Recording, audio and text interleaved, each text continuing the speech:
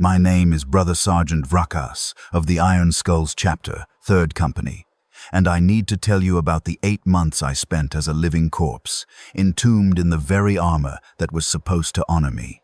They say Terminator armor is the greatest protection a space marine can receive. Tactical dreadnought armor, blessed by the Omnissiah, worn only by the most veteran warriors, proof against nearly any weapon the enemy can bring to bear. To be granted the right to wear such armor is an honor that many brothers never receive in centuries of service. I was 173 years old when Captain Mordrin called me to his chamber and informed me I'd been selected to don Terminator plate for our upcoming mission. 173 years of loyal service, 3 companies, 47 campaigns, countless battles, and finally, I was being recognized. "Brother Sergeant Vrakas," Captain Mordrin said, his augmetic eye whirring as it focused on me. "The assault on Hive Tartarus will require breaching heavily fortified positions. You will lead Terminator Squad Ferrum in the vanguard. The armory awaits you." I felt pride swell in my chest, the emotion carefully controlled as our training demanded, but present nonetheless. Terminator armor. The tactical dreadnought plate that made a space marine into a walking fortress, impervious to everything except the heaviest ordnance. "I am honored, Captain," I replied, saluting with my fist across my chest. "The Emperor protects." "That he does, brother. The armor masters are preparing suit designation Ferrum 7. Report to the armory at the 16th hour." I spent the hours before my fitting in meditation, reciting the litanies of protection and honor, preparing my mind for the sacred responsibility of wearing such revered armor. Around me, my brothers of 3rd Company prepared for the coming assault on Tartarus, a chaos-held hive world we'd been fighting to reclaim for 6 months. Brother Talvek, who'd served alongside me for 90 years, approached as I completed my meditations. "Terminator armor, Vrakas. You've earned it 10 times over. I'll be there when they seal you in. Someone should witness this." I nodded, appreciating the gesture. Talvek and I had shed blood together across dozens of worlds, saved each other's lives more times than either of us could count. Having him present felt appropriate. The armory was a cathedral of war, vast, lit by flickering lumen strips, and the forged glow of weapons being blessed and maintained. Tech Priest Magos Vorn awaited me, his numerous mechadendrites writhing gently in the smoky air, his face more metal than flesh. "Brother Sergeant Vrakas," he intoned, his voice augmented by vox speakers implanted in his throat. "Armor suit Ferrum 7 has been prepared for you. The machine spirit has been awakened, the sacred oils applied, the incense of activation burned. Approach and be measured." The Terminator armor stood in its maintenance cradle like a monument, massive, imposing, decorated with purity seals and chapter iconography. It was beautiful in the way only instruments of war can be beautiful, purposeful, deadly, sacred. The fitting process took 3 hours. Tech Priest Vorn and his acolytes measured every dimension of my body, calibrated the armor's internal systems to my physiology, synchronized its systems with my black carapace implants, the subdermal interface that allowed space marines to link with powered armor. "The armor's machine spirit is strong," Vorn commented as he worked, his mechadendrites interfacing with access ports along the armor's spine. "Ancient, proud. It has served in 347 engagements across 412 years. It expects excellence from its wearer." I understood. The Mechanicus believed, and we Space Marines respected, that ancient equipment possessed something like consciousness, a machine spirit that had to be honored and propitiated. Terminator armor, worn by generations of brothers accumulating centuries of battle experience, possessed particularly powerful spirits. "I will honor it with my service," I said formally, "and honor the brothers who wore it before me." Vorn's remaining organic eye fixed on me with approval. "The armor recognizes your respect. The integration proceeds well." Finally, after hours of preparation, came the moment of dawning. I stood in the armor cradle as Vorn and his acolytes began the sacred process of sealing me within. First, the leg assemblies, massive boots that locked around my armored feet, greaves and thigh plates that sealed with pneumatic hisses. Then the torso section, lowered from above by crane, settling over my shoulders with tremendous weight before the power pack engaged and the servos activated, making the armor's mass irrelevant. The arm sections next, sealed at shoulder and wrist, each finger of the massive gauntlets responding to my thoughts through the black carapace interface.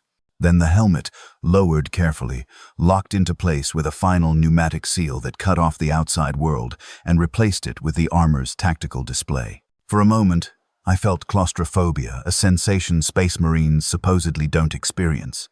But the complete enclosure, the weight, the sense of being buried in metal triggered something primal. Then, the armor's systems fully activated and the sensation vanished, replaced by a feeling of absolute power. I could see through the armor's auto-senses better than with my own eyes. I could hear through its audio receptors with perfect clarity. And when I moved experimentally, taking a step, the armor responded as smoothly as my own body.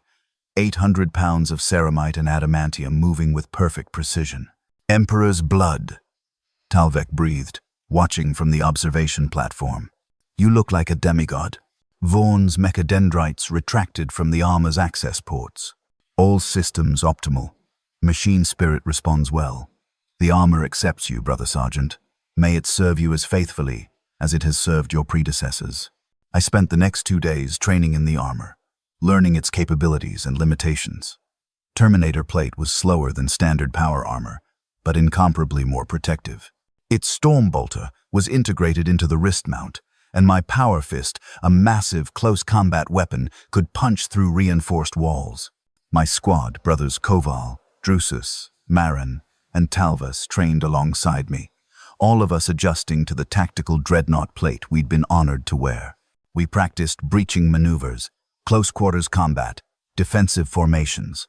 Captain Mordrin observed our training, nodding approval. You move well in the armor, brothers, he said after our final training session. Tomorrow, you'll lead the assault on Hive Tartarus's inner sanctum.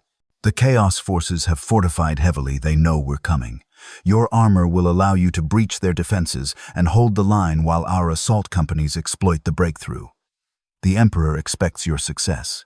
That night, I performed the rites of battle, anointing my armor with sacred oils, reciting prayers to the machine god and the Emperor, preparing my mind for the coming violence.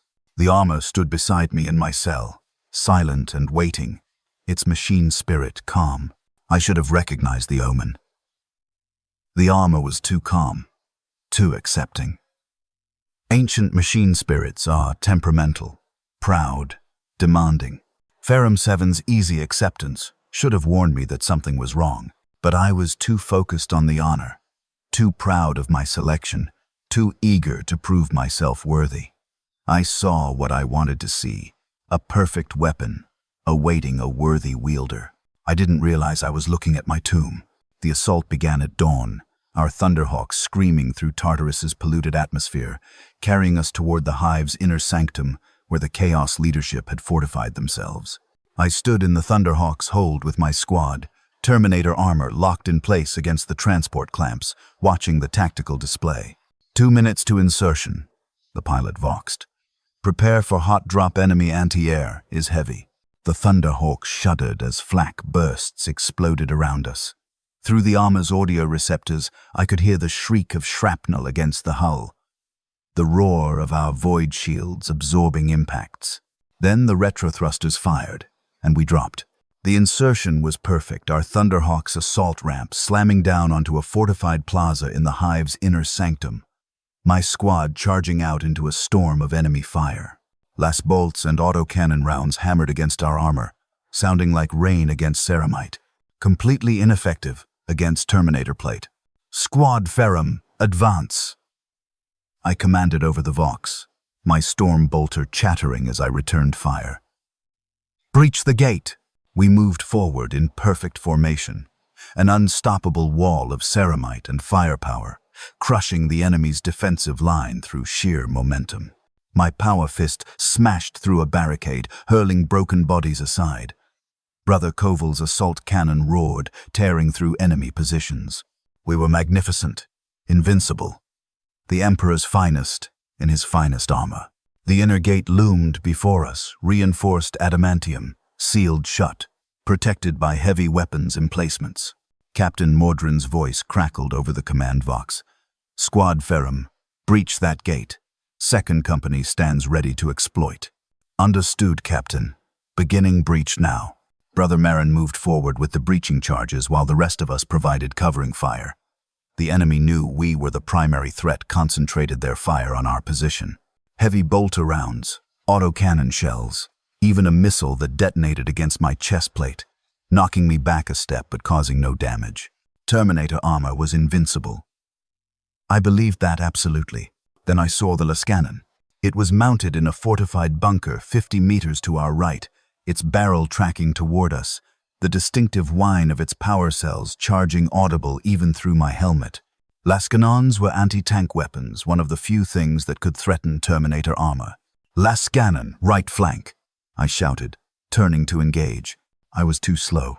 The Lascannon fired. If this is gripping you, show your support, like and subscribe. The beam hit me square in the chest, and my world exploded into light and pain and the shriek of tortured metal. The impact threw me backward, slamming me into the ground with tremendous force. Through the armor's sensors, I registered massive system damage power fluctuations, armor breaches, catastrophic failure warnings scrolling across my helmet display. But I was alive. The armor had absorbed the hit, dissipated the energy, kept me breathing. Then everything locked. Every servo seized simultaneously. Every joint froze solid. The armor became a prison in an instant. My body trapped in whatever position it had landed in, unable to move even a millimeter. I tried to move my arm. Nothing. Tried to turn my head. Nothing. Tried to stand. Nothing. The armor had become a rigid shell, completely unresponsive, entombing me in 800 pounds of immobile ceramite. Panic hit me immediately, primal, overwhelming, the kind of terror that Space Marine conditioning is supposed to eliminate. I was trapped, completely trapped, sealed inside armor that wouldn't respond, couldn't move, had become a ceramic coffin around my living body. Vracus, Brother Sergeant, respond. Koval's voice over the vox. Urgent, with concern. I tried to speak, activating my vox bead through thought command. Miraculously, it still functioned. Koval, armor locked. Can't move. We see you, brother. Hold position. We're completing the breach, then we'll extract you. Hold position. As if I had any choice. I couldn't move at all, couldn't even blink because my eyelids had been open when the armor froze, and now they were stuck that way, forced to stare unblinking at the smoke-filled sky above Tartarus. The battle continued around me. I could hear it through my audio receptors, bolter fire, explosions. The vox chatter of my brothers advancing through the breached gate. I could see portions of it through my frozen gaze, watching my squad push forward, completing the mission, succeeding. And I lay there, helpless, trapped, a statue in the midst of war. It took 40 minutes for them to secure the area enough to recover me. Brother Koval and Brother Talvis stood over me, their Terminator armor undamaged, functioning perfectly. Can you hear us, Vracus? Koval asked. I activated the vox again. Yes, I can hear. Can't move. Armor. Completely locked. We're going to carry you out, brother. Tech priests will have you out of there within hours. Just stay calm. Stay calm. I was locked rigid inside 800 pounds of ceramite, unable to move or blink, and he wanted me to stay calm. But he was right, panic wouldn't help. I controlled my breathing, recited calming litanies, tried to maintain composure as they lifted my rigid body and carried me like a statue off the battlefield. I should have known then. Should have realized this wasn't going to be ours. I had no idea. I'd just begun 8 months of absolute hell. They carried me to the Mechanicus field workshop, a cavernous space filled with damaged vehicles and equipment awaiting repair. My brothers set me down carefully, propping my rigid form against a support pillar so I was standing upright, frozen mid-stride like some ancient statue. Through my unblinking eyes, I watched Tech Priest Vorn approach, his mechadendrites already extending diagnostic interfaces toward my armor's access ports. Brother Sergeant Vracus, he said, his augmented voice flat and clinical. I will assess the damage and begin repairs immediately. Remain calm. Remain calm. Everyone kept saying that, as if I had any other option. I was locked in place, unable to even turn my head, forced to stare straight ahead at the workshop's far wall while Vaughn worked. His mechadendrites plugged into the armor's diagnostic ports, and I heard him emit a staticky sound that might have been concern. Extensive damage. The Lascanon strike overloaded the power distribution network, causing cascade failure across all servo systems. The machine spirit has entered defensive shutdown, attempting to preserve core functions. How long to repair? Captain Mordrin's voice. He'd come personally to check on me. Uncertain. Captain, the machine spirit is uncooperative. It resists my diagnostics, fights my attempts to interface. This may take time. Hours, days. I cannot provide accurate estimate until I fully understand the damage.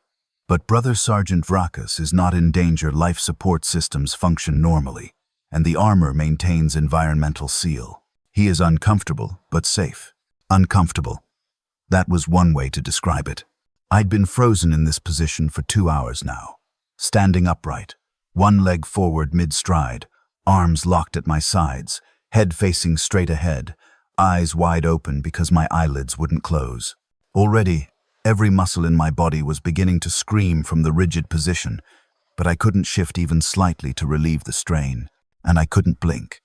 That was becoming the worst part, my eyes drying out, beginning to burn, tears streaming down my face inside the helmet to provide minimal moisture. But it wasn't enough. I needed to blink. My body screamed for it, but my eyelids simply wouldn't move. Do what you can, Magos, Captain Mordrin said. Keep me informed of his status. Of course, Captain. The Omnissiah will guide my work. Will guide my work. Will guide my work. Mordrin approached, standing directly in my frozen line of sight so I could see him. Brother Vrakas, you can hear me? I activated the Vox. Yes, Captain. I hear you. You're going to be fine. The Mechanicus will have you out shortly. Your sacrifice allowed us to complete the breach. Second Company exploited the opening you created, and we've secured the entire inner sanctum. The victory is yours, brother. Victory. I'd helped win a battle, and now I was trapped in the very armor that was supposed to protect me. The irony was bitter. Thank you, Captain, I managed, keeping my voice level despite the mounting discomfort. He left, and I was alone with Vaughn and his acolytes, forced to stand rigidly while they worked on my armor. Hours passed. The burning in my eyes intensified. The muscle cramps became agonizing, and I couldn't move at all, couldn't shift my weight, couldn't adjust my position, couldn't even close my eyes for a moment of relief. The unblinking was becoming torture. My eyes burned like they were on fire, tears streaming constantly, but it wasn't enough moisture. I could feel them drying out, the surface of my corneas beginning to damage from exposure. Magos Vaughn, I voxed, trying to keep desperation out of my voice. My eyes, I can't blink. They're drying out. A mechadendrite appeared in my vision, extending a thin nozzle. I will administer ocular lubricant every hour. This will prevent permanent damage. Liquid sprayed into my eyes, blessed relief, immediate and overwhelming. The burning eased, though it didn't disappear entirely, but at least I wasn't going blind. Thank you, I said, genuinely grateful. The machine spirit continues to resist repairs, Vaughn said, his voice troubled in its mechanical way. It perceives my attempts as threats, activates defensive protocols. I have never encountered such behavior. This armor's spirit is unusual. 8 hours after I'd been frozen, Brother Talvek came to visit. He stood in my line of sight, his face troubled. Vrakas, how are you holding? I've been better, I admitted. But I'll endure.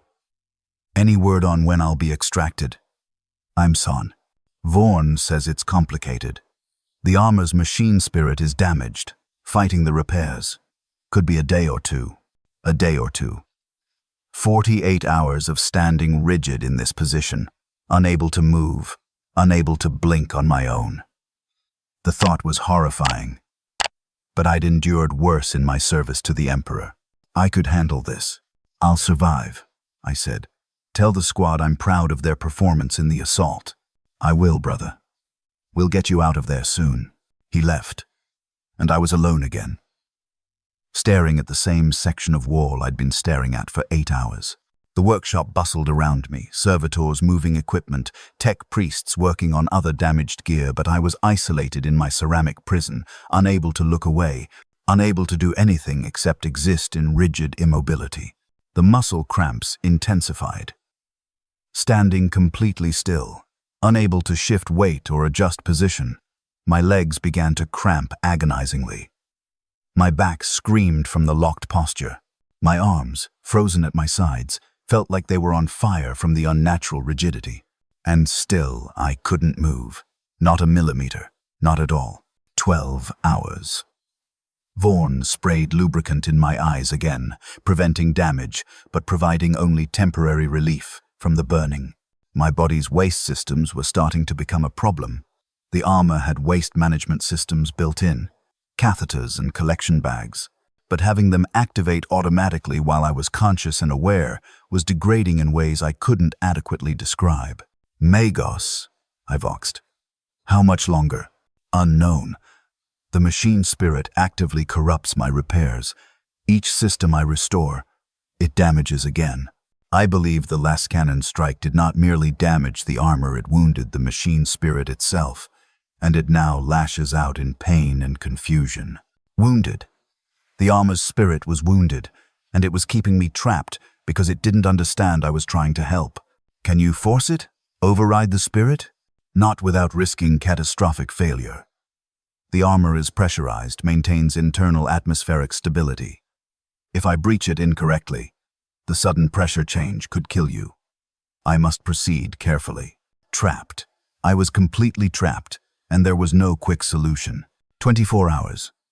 A full day of standing motionless, staring at the same wall, unable to blink without Vaughn's hourly lubricant applications. The muscle cramps had become constant, agonizing torture. My spine felt compressed from the rigid standing position. My legs trembled with exhaustion, but the armor held me upright, regardless of my body's weakness. I'd stopped talking much. What was there to say? I was in hell, a conscious mind trapped in an unmoving body, and nobody could help me.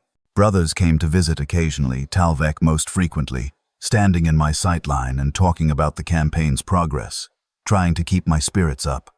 Captain Mordrin visited twice a day to check on me. Even Chapter Master Korvan visited once, expressing regret at my situation and assurance that the finest tech priests were working on my extraction. But none of them could help. None of them could reach through the ceramite and free me from this prison. 48 hours. 2 days. Vaughn had made minimal progress. The machine spirit continued to resist, continued to fight every repair attempt. He'd called for additional tech priests, specialized experts in Terminator armor, but they wouldn't arrive for at least another week. A week. 7 days. I'd be trapped here for at least 7 more days, possibly longer. The psychological torture was becoming worse than the physical. The complete immobility, the inability to look away from the wall, the burning eyes that I couldn't close, the muscle agony I couldn't relieve, it was breaking something in my mind. Space Marines are conditioned against torture. We can endure horrific physical pain, resist interrogation, maintain mental discipline under extreme duress. But this wasn't interrogation or battlefield injury. This was sensory torture, forced immobility, enforced attention, absolute helplessness, and it was going to last for days, possibly weeks.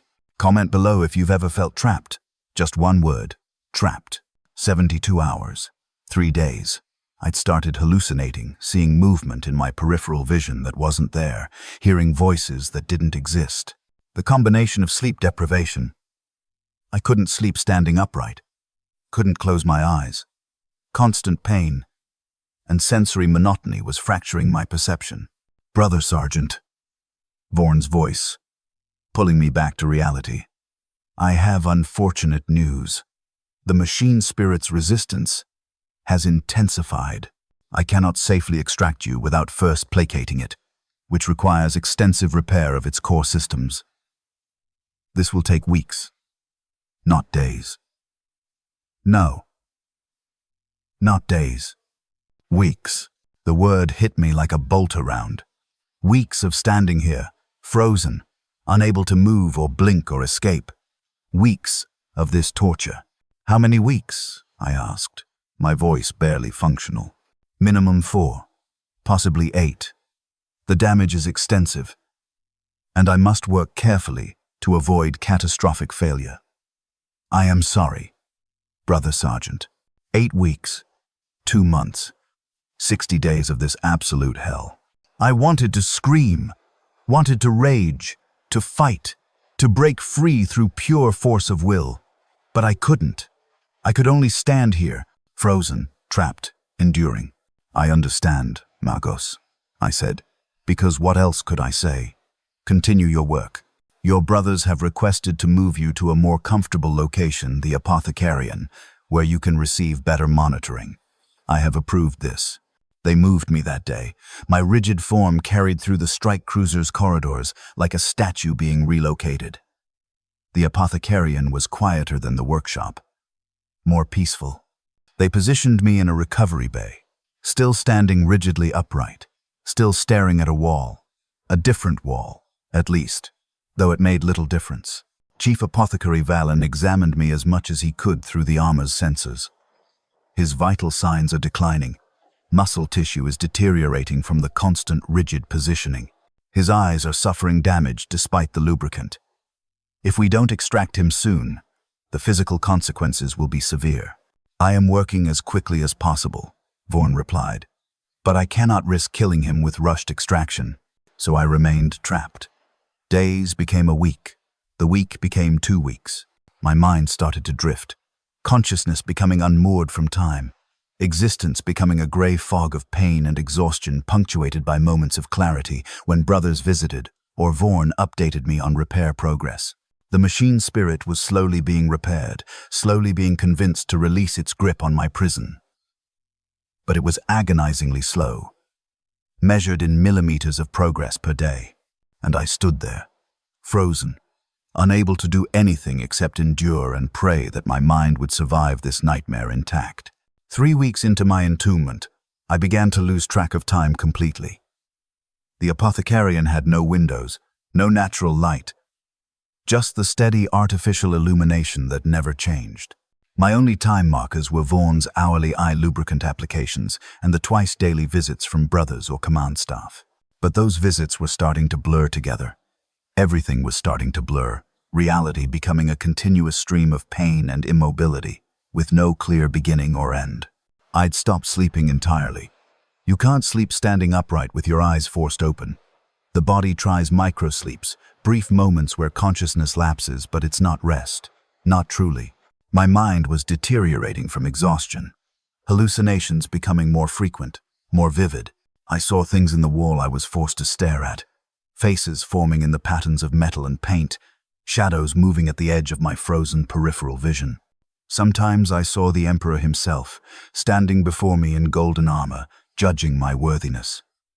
Sometimes I saw demons crawling across the ceiling, whispering that I'd failed, that I was damned. None of it was real. I knew that intellectually. But knowing something is hallucination doesn't make it less terrifying when you can't look away, can't close your eyes, can't escape it. The physical deterioration was becoming severe. Chief Apothecary Valen gave daily reports to Captain Mordrin. Within my hearing, he couldn't discuss me anywhere else, since I was always there, always listening, always aware. His muscle tissue is degrading rapidly, Valen said during one such report. Complete immobility is causing catastrophic atrophy.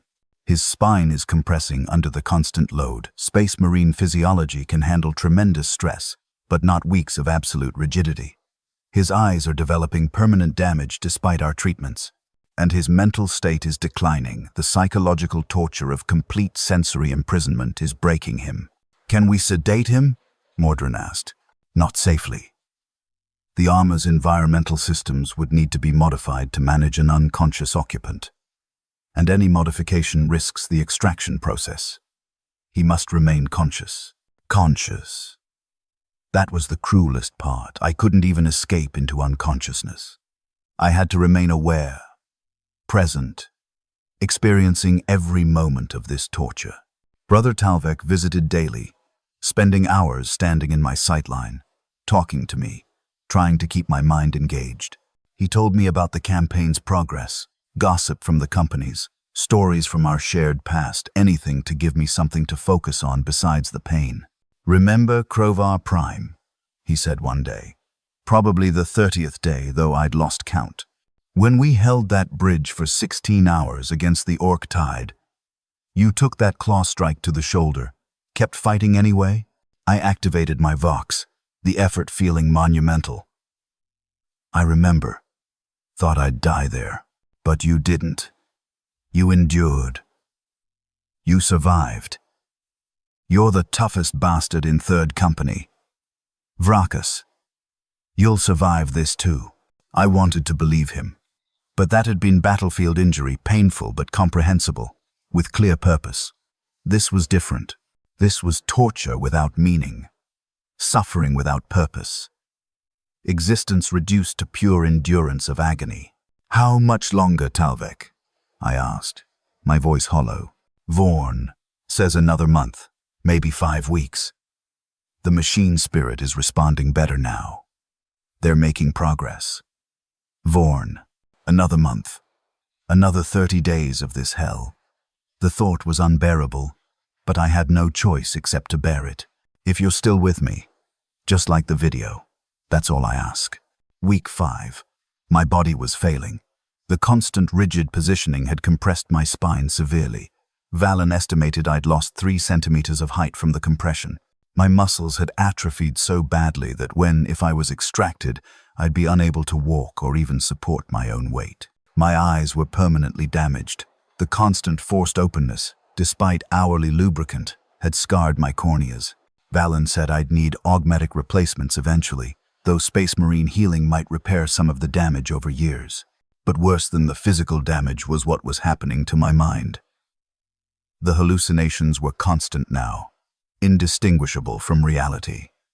I saw my brothers as rotting corpses standing around me. Saw demons wearing tech priest robes working on my armor. Saw the walls bleeding, the floor opening into abysses, the ceiling crawling with insects.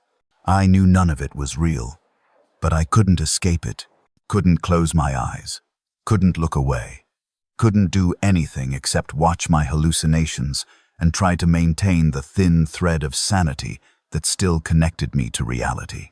Vaughn's reports were becoming more optimistic, which meant nothing to me. Progress was meaningless when measured in weeks. Every day was a year, every hour an eternity. Time had lost all meaning, replaced by the endless now of suffering. I'd stopped talking to visitors. What was there to say? They couldn't help.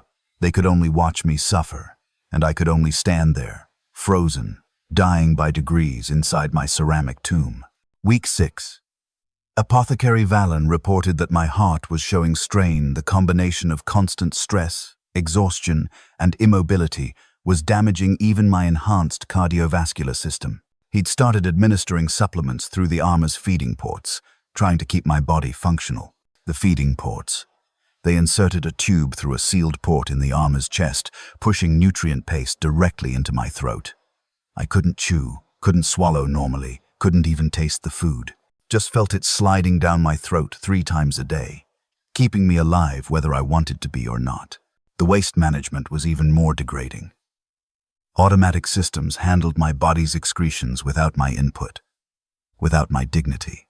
I was reduced to a biological organism being maintained by machines. No agency, no choice, no humanity. I wanted to die. The thought came frequently, seductively. Death would be escape, relief, freedom from this torture. But I couldn't even choose that, couldn't move my hands to my throat, couldn't trigger the armor's self-destruct, couldn't do anything except continue existing in agony. Space Marines don't break. We're conditioned, enhanced, trained to endure anything the galaxy can inflict. But we're still human at our core, still have minds that can fracture under sufficient pressure. And I was fracturing.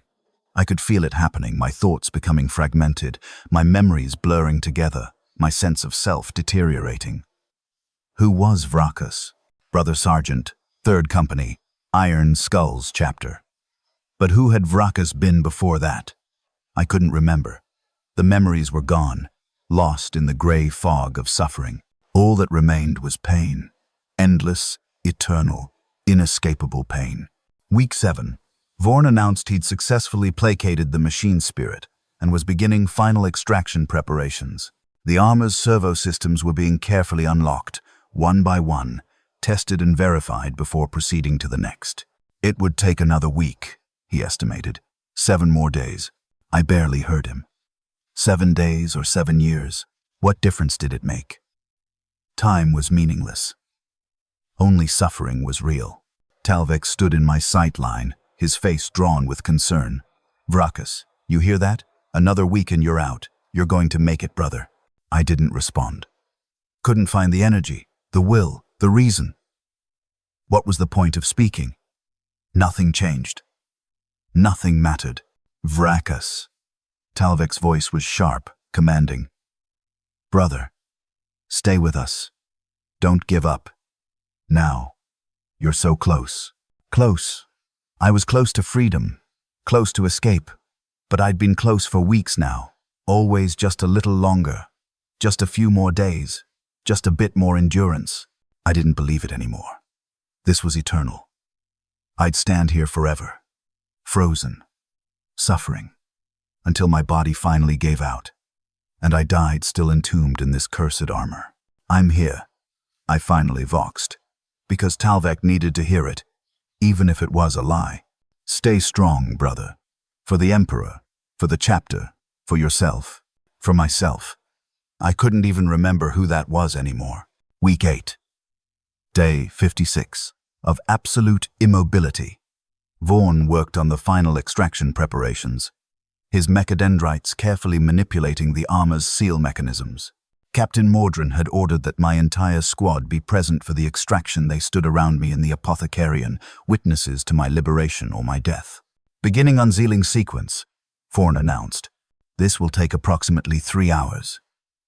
Brother Sergeant Vrakas, you will feel pressure changes as I breach the armor's environmental seal. Do not be alarmed. Don't be alarmed. I was beyond alarm, beyond fear. Beyond anything, except a dull awareness of continued existence. The first seal broke with a pneumatic hiss. Fresh air, actual air, not recycled through the armor's systems, touched my face through the opening helmet seam. It smelled like freedom, like life, like everything I'd been denied for 2 months. I wanted to weep, wanted to scream, wanted to do something, anything to express the overwhelming emotion of that first breath of real air. But I still couldn't move. Still couldn't blink, still couldn't do anything except exist as Vorn methodically unsealed my prison. The helmet lifted away. Light, real light, not filtered through auto-sensors, struck my damaged eyes. It hurt, brilliantly and wonderfully, a new pain that was different from the constant suffering I'd endured. I saw Talvek's face clearly, for the first time in 2 months. Saw the concern in his eyes, the relief, the horror at what I'd become. Emperor's mercy, he whispered. Vrakas, you're going to be all right now. You're out. Not out yet. My head was free, but the rest of me remained entombed. Vorn continued working, unsealing the torso section, the arm plates, the leg assemblies. Each piece that came away revealed more of my body emaciated, withered, barely recognizable as the warrior who'd been sealed inside 2 months ago. Finally, after 3 hours of careful work, the last seal released. The armor fell away, and I collapsed immediately, unable to support my own weight. My brothers caught me, lowering me gently to the apothecarian floor. I lay there, breathing real air, feeling real touch, seeing real light, free, finally free.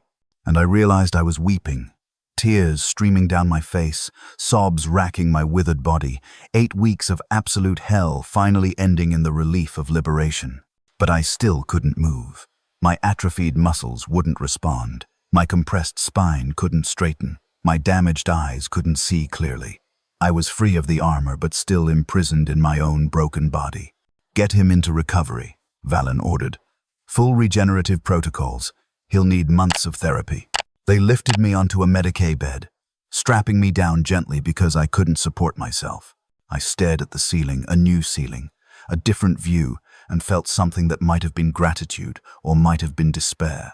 I was out, but I would never be free of what those 8 weeks had done to me. The first month of physical therapy was, in many ways, worse than the entombment itself. At least when I'd been frozen in the armor, I'd had the psychological comfort of knowing I wasn't choosing the immobility it was being done to me, beyond my control. But now, free from the ceramite prison, I had to confront the reality of what it had done to my body, and it was devastating. I couldn't walk, couldn't even stand without assistance. My leg muscles had atrophied so severely that they couldn't support my weight despite my Space Marine physiology. My first attempt to stand, assisted by 2 apothecaries and supported by anti-gravity suspensors, lasted exactly 4 seconds before my legs gave out completely. Lying on the recovery room floor, I felt shame burn through me more intensely than any physical pain. I was a Space Marine, one of the Emperor's finest, and I couldn't perform the most basic human function. I couldn't stand on my own legs. "This is normal," Chief Apothecary Valen said, helping me back onto the bed. "Your body endured trauma that would have killed an unaugmented human. 8 weeks of absolute immobility caused catastrophic muscle degradation. But you're alive, Brother Vrakas. Your body can heal, it will just take time." Time.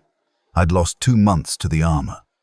Now I'd lose months more to recovery. But at least I could move now, even if that movement was minimal. I could turn my head. The simple act of looking left and right felt miraculous after 8 weeks of frozen forward staring. I could close my eyes whenever I wanted, could blink freely, could shut out visual stimuli if it became overwhelming. That first time, I deliberately closed my eyes and just sat in darkness, no forced staring, no burning pain, just voluntary darkness. I wept again. Such a simple thing, such a basic human function, and it felt like the greatest gift the Emperor could grant. My eyes were permanently damaged. The constant forced openness had scarred my corneas beyond natural healing. Valen had fitted me with temporary augmetic lenses that corrected my vision but felt alien and uncomfortable. Eventually, I'd receive proper augmetic eyes, but for now, I had to adjust to seeing through mechanical assistance. The spine compression was another major issue. I'd lost 3 centimeters of height permanently. The vertebrae had compressed so severely that even with Space Marine healing, they'd never fully expand to their original dimensions. I'd need spinal augmetics eventually, reinforcements to prevent further damage and chronic pain. But the worst damage wasn't physical. It was psychological. I couldn't sleep. Every time I closed my eyes and tried to rest, I felt the phantom sensation of the armor locking around me, freezing me in place, trapping me again. I'd jerk awake, gasping, flailing my arms just to prove I could move them, often falling out of bed in the process. Apothecary Valen prescribed sedatives, but they only helped marginally. Even drugged into unconsciousness, I'd have nightmares. Always the same nightmare. Always reliving the moment the Lascanon hit and the armor froze. Always experiencing that initial panic as the ceramite became a prison. Brother Talvek visited daily during my recovery, spending hours helping with physical therapy exercises. Simple things, moving my arms through basic ranges of motion, flexing my hands, rotating my ankles. Movements that should have been effortless felt like trying to lift a dreadnought. "You're making progress," Talvek said one day, probably 6 weeks into my recovery, as I managed to sit up unassisted for the first time. "Remember when you couldn't even move your fingers? Now you're sitting up. By next month you'll be walking." "Will I?" I asked, hearing the bitterness in my own voice. "Will I be fighting again?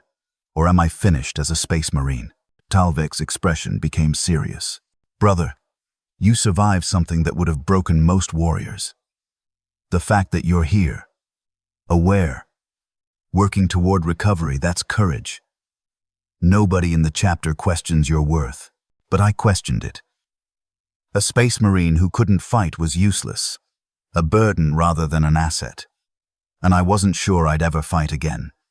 Not because my body couldn't recover, but because my mind couldn't. The thought of wearing power armor again triggered panic attacks. Just seeing armor in the apothecary and other brothers' damaged plate awaiting repair made my heart race, made my breathing shallow, made me relive the entombment in visceral detail. And Terminator armor? I couldn't even look at it. When Captain Mordrin visited wearing his Terminator plate, I had to turn away, nausea and terror overwhelming me so completely that I vomited. Share this, if you know someone who's fighting their own battles. Mordrin removed his helmet, concern evident on his scarred face. Brother Vracus, I apologize. I should have considered. It's not your fault, Captain, I managed, wiping my mouth. It's my weakness. It's not weakness to be traumatized by torture, Mordrin said firmly. What you endured. The chapter's chaplains are calling it one of the most extreme forms of psychological warfare they've documented. 8 weeks of complete sensory imprisonment, while conscious that would break most humans entirely. You survived it. That's not weakness, but it felt like weakness. It felt like failure. A space marine should be able to overcome psychological trauma, should be able to compartmentalize and continue serving. Instead, I was reduced to panic attacks at the sight of the armor that had once been my pride. 3 months into recovery, I could walk again slowly, supported by a cane. My gait awkward from spinal damage and muscle atrophy. But I could move under my own power, could traverse the ship's corridors, could reclaim some measure of independence. The chapter's chaplains began mandatory counseling sessions. Brother Chaplain Savros sat with me twice a week, discussing the trauma, helping me process what I'd experienced, teaching me cognitive techniques to manage the panic attacks. The armor is not your enemy, Savros said during one session. The malfunction was a technical failure, not malicious intent. The armor was trying to preserve your life by sealing its systems. I understand that intellectually, I replied. But when I see Terminator plate, my body doesn't care about intellect. It just remembers the feeling of being trapped, frozen, unable to escape. Then we'll work on that. Exposure therapy, gradually. You'll rebuild your relationship with armor, one step at a time. The therapy was slow, agonizing work. We started with just being in the same room as a suit of unpowered armor. Even that took weeks before I could manage it without panic attacks. Then progressing to touching it, then to seeing it powered but empty, then eventually months down the line to seeing brothers wearing it. But Terminator armor remained impossible. Just seeing it triggered immediate, overwhelming panic. Savros said that might never change, that some traumas were too deep to fully overcome. 6 months after my extraction, I was cleared for light-duty administrative work, training supervision, nothing that required combat readiness. I'd regained most of my physical function, though I'd never be quite what I'd been before the entombment. The spinal damage had left me with chronic pain and reduced flexibility. The eye damage required permanent augmetic correction. The muscle atrophy had been repaired, but I'd lost a step of speed and strength that I'd never fully recover. But I was alive. I was functional. I was still a space marine, even if I'd never be the warrior I'd been. Captain Mordrin called me to his chambers, probably 10 months after the incident. I entered, moving carefully, still slightly awkward in my gait. Brother Sergeant Vracus, he said formally, I've reviewed your recovery reports and consulted with the apothecarium and chaplaincy. You're being reinstated to active duty status, though with accommodation restrictions. Restrictions, Captain? You will not be required to wear Terminator armor again. Ever. That's a formal accommodation for your service-related trauma. Standard power armor only. And only when you've confirmed readiness with the chaplains. Relief and shame warred in my chest. Relief that I'd never have to face that ceramic prison again. Shame that I needed accommodation, that my trauma was permanent enough to require official recognition. Thank you, Captain, I said quietly. Brother Vracus, you have nothing to be ashamed of. What happened to you was torture of the highest order, inflicted not by enemies, but by mechanical failure. and tragic circumstance. The chapter honors your endurance. You survived something that would have destroyed lesser warriors. I don't feel like I survived, sir. I feel like something died in that armor, and what came out was just less. Mordrin stood, approaching me, placing his hand on my shoulder in the way commanders do when words aren't sufficient. What came out was tested beyond measure and found true. You endured absolute hell and maintained your sanity, your loyalty, your identity. That's not less, brother. That's extraordinary. I wanted to believe him. Some days, I almost did. 2 years after the incident, I was serving as 3rd Company's training coordinator, a position that kept me valuable to the chapter, while acknowledging I'd never returned to frontline combat duty. I trained initiates, supervised combat exercises, maintained our tactical databases. It was honorable work, necessary work, but it wasn't what I'd been. I still wore power armor when required, though every time I sealed myself inside, I had to control the panic that threatened to overwhelm me. The chaplains had taught me breathing techniques, mental exercises, mantras that helped me push through the fear. Most days, they worked. Some days, they didn't, and I'd have to excuse myself, unsealing my armor in privacy to breathe freely and convince myself I wasn't trapped. But I was functional, productive, alive. The nightmares never stopped. Every night, I relived the entombment, the Lascanon strike, the armor freezing, the immediate terror of realizing I was trapped. Sometimes the nightmare lasted the full 8 weeks in dream time, experiencing every moment of torture again. Sometimes it was just the feeling, the phantom sensation of ceramite pressing against every inch of my body. Immobile, inescapable, eternal. I'd wake thrashing, sometimes screaming, always disoriented. The few brothers who'd heard my night terrors were sympathetic but disturbed. Space Marines don't scream in their sleep, don't show such obvious psychological damage. But I did, and there was nothing I could do to stop it. Brother Talvek remained my closest friend, one of the few who truly understood what the entombment had done to me.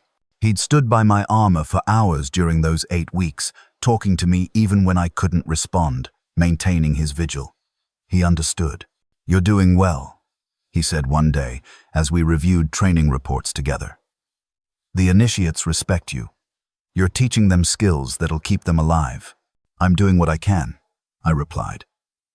"But it's not the same as being out there, actually fighting." "Maybe that's not your purpose anymore," Talvek said carefully. "Maybe you served your time in combat, and now your purpose is here, training the next generation. That's still service, still honorable." I nodded, acknowledging the truth of his words, even if I couldn't fully accept them. Part of me still mourned the warrior I'd been, the brother sergeant who'd led squads into battle, who'd been honored with Terminator armor, who'd been at the spear point of the chapter's assaults. That version of me had died inside Ferrum 7. What emerged was something different, something that had to find new meaning in service because the old meaning was gone forever. If this story moved you, subscribe. That's all. The chapter eventually decommissioned Suit Ferrum 7. The machine spirit never fully recovered from whatever damage the Lascanon had inflicted. It remained unstable, unpredictable, dangerous. Rather than risk another brother experiencing what I'd experienced, the suit was ritually deactivated and placed in the chapter's memorial hall. I attended the ceremony, forcing myself to stand before the armor that had been my prison. It stood silent on its display pedestal, purity seals hanging motionless, its ceramite surface scarred but still imposing. Brother Chaplain Savros performed the rites, speaking prayers of deactivation, thanking the machine spirit for its centuries of service, acknowledging its final rest. Other brothers who'd worn Ferrum 7 in previous generations attended, honoring the armor's history.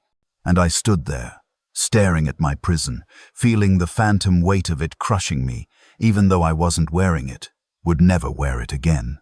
"Brother Vracus," Savros said quietly after the ceremony ended, "do you have words you wish to speak to the armor? Some find closure in addressing the source of their trauma." I approached the armor slowly, every step requiring conscious effort to overcome the instinctive terror. Close enough to touch it, I placed my hand on its cold ceramite chest plate, the exact spot where the last cannon had struck, where everything had gone wrong. "You were supposed to protect me," I said, my voice barely above a whisper.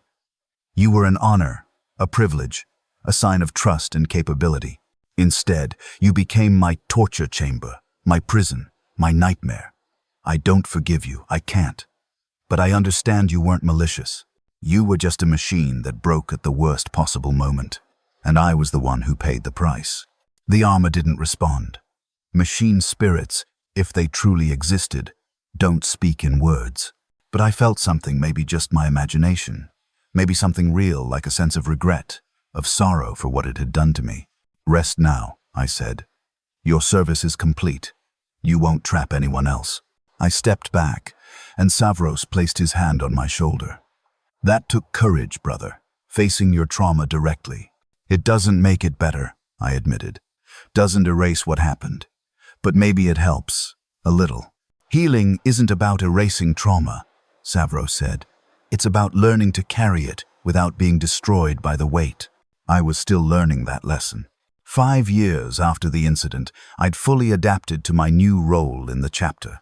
I trained initiates, supervised combat exercises, occasionally accompanied missions in advisory capacity, always in standard power armor, never in Terminator plate, always with the understanding that I was support rather than assault.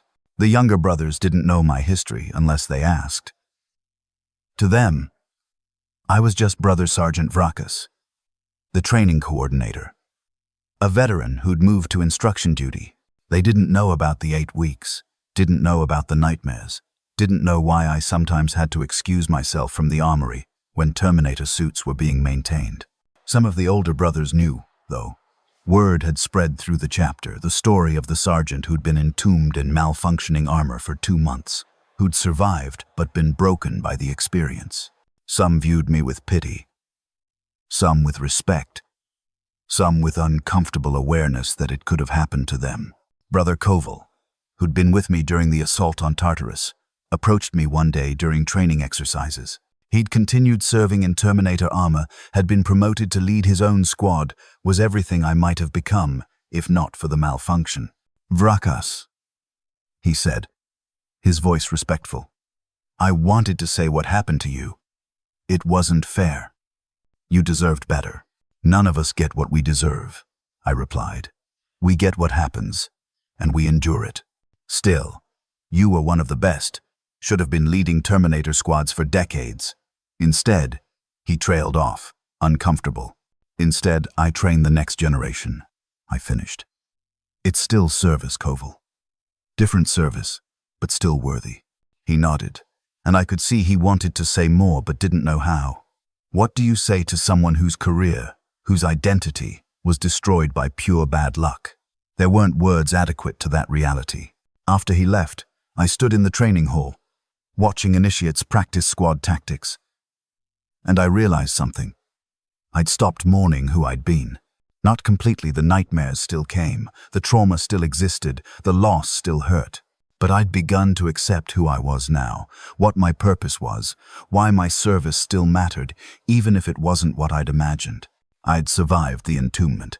Not unchanged, never unchanged, but intact enough to continue serving, to find new meaning, to live beyond the trauma rather than being defined solely by it. That was something. Maybe not enough, but something. 10 years after the incident, I received an unexpected summons to Captain Mordrin's chambers. A decade had passed. I was effectively a permanent fixture in my training role, had shaped hundreds of initiates, had become one of the chapter's institutional knowledge keepers. Mordrin looked older, more scarred, bearing the weight of a decade of constant warfare. But his expression was thoughtful, rather than stern, as I entered. "Brother Vrakas," he said, "I've been reviewing chapter records, and I wanted to speak with you about something. Your experience with the armor malfunction. Have you ever documented it fully? Written a complete account of what you endured?" "No, Captain. I've discussed it with the chaplains, given reports to the apothecarium, but never written a comprehensive account." "I'd like you to do so," Mordrin said. "Not as punishment or therapy, but as a historical record. What you experienced 8 weeks of sensory torture, complete immobility while conscious, it's unique in chapter history. Other chapters should know this is possible, should understand the psychological consequences, should have protocols in place if it happens to their brothers. I considered this. The idea of reliving those 8 weeks in enough detail to document them was horrifying. But if it could help another brother, prevent another Space Marine from suffering what I'd suffered without support, I'll do it, Captain. It won't be pleasant to write, but it should exist. Thank you, brother. Your suffering will have meaning beyond just your own experience. Meaning. That's what we all searched for, some purpose to our pain, some reason why we endured what we endured. I spent 6 months writing the account, carefully documenting every detail. I could remember the physical sensations, the psychological deterioration, the hallucinations, the despair.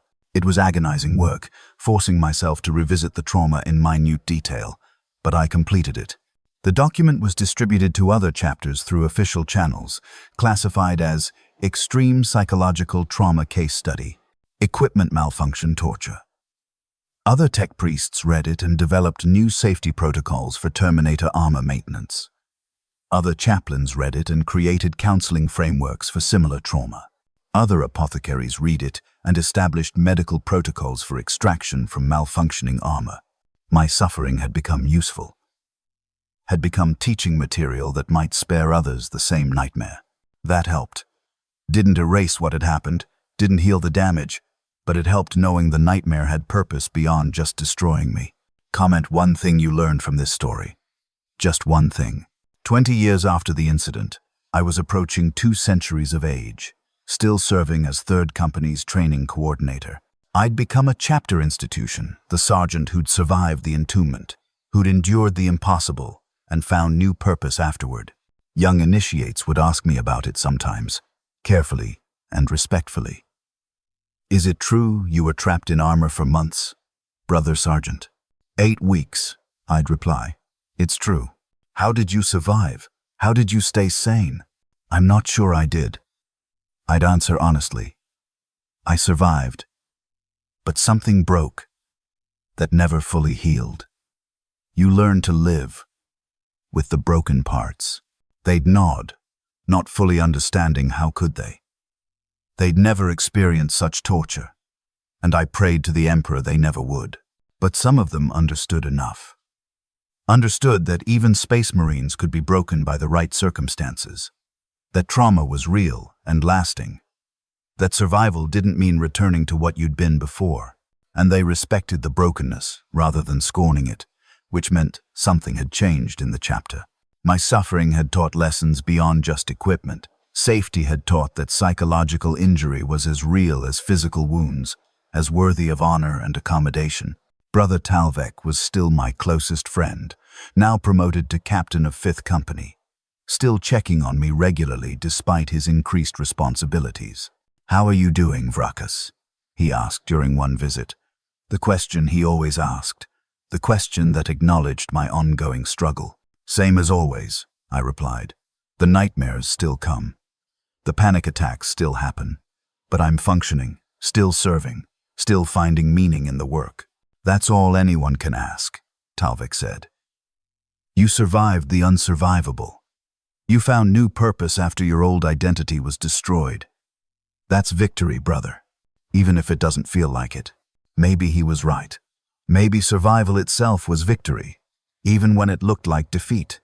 Maybe continuing to serve, even in diminished capacity, was triumph rather than failure. I still had the nightmares. Still woke thrashing and screaming, reliving the moment the armor locked and the world became a ceramic prison. Still felt phantom weight pressing against every inch of my body. Still experienced the horror of forced immobility. Still lived with the trauma every single day. But I was alive. I was serving. I had found meaning in teaching, in preventing others from suffering what I'd suffered, in showing younger brothers that even catastrophic trauma doesn't have to mean the end of service. The armor hadn't destroyed me completely. It had broken me, damaged me beyond full repair, left scars that would never heal. But some essential core had survived, call it my will, my identity, my purpose, my soul. I was Brother Sergeant Vrakas, survivor of the entombment, bearer of trauma, teacher of the next generation. Not what I'd been, not what I'd hoped to be, but something that still mattered. And on the days when the nightmares were particularly bad, when the panic attacks were overwhelming, when the trauma felt like too much to bear, I'd return to the memorial hall and stand before decommissioned suit Ferrum 7, my prison, my torture chamber, my nightmare made manifest in ceramite and adamantium. I survived you. I'd whisper to the silent armor. You tried to destroy me, but I'm still here, still serving, still fighting in my own way. The armor never responded. But I didn't need it to. I'd found my own response to the trauma not through forgetting, not through fully healing, but through continuing to exist despite the damage, through finding new purpose when the old purpose was taken away. That was my victory. Small, scarred, incomplete, but mine. And in the grim darkness of the far future, where there is only war, that was enough.